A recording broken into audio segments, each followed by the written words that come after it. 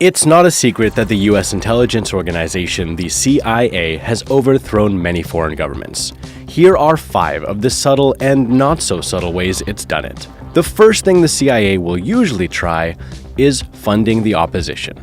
This is the safest and easiest method for the CIA.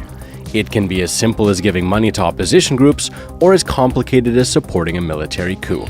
And it happened in South Vietnam in 1963. Similar instances happened in Brazil and Guatemala. Declassified documents show how the CIA supported the coup plotters, namely Vietnamese generals, to oust the country's leader, Ngo Dinh Diem. Number 2. Assassination. Killing leaders to install a US-approved party is another option. The CIA continuously tried to assassinate the democratically elected leader of the Congo, Patrice Lumumba. They succeeded in 1961. But public support for Lumumba was so high that they couldn't put his opponent in power. What followed was 4 years of political chaos. 3. Destroying the economy, or economic assassination. By using overt and covert means to destroy the target country's financial system, like embargoes, the US can force a political party to crumble. This strategy was used against Chile in the 1970s. After Salvador Allende's unyielding policy of nationalizing the country's major industries continued, much to the disapproval of the US government, President Richard Nixon told the CIA to, quote, "make the economy scream." The agency also worked with 3 Chilean groups which planned a coup against Allende. The US constantly worked to undermine the Chilean economy until General Augusto Pinochet replaced Allende in a military coup in 1973. Number 4. Media takeover.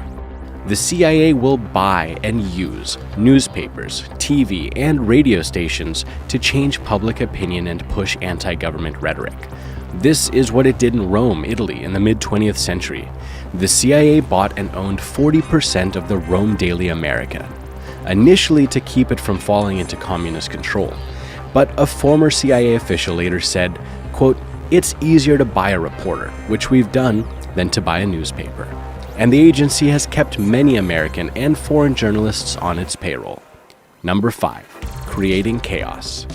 Causing panic among the people and creating social tensions through street protests is another way the agency has overthrown governments.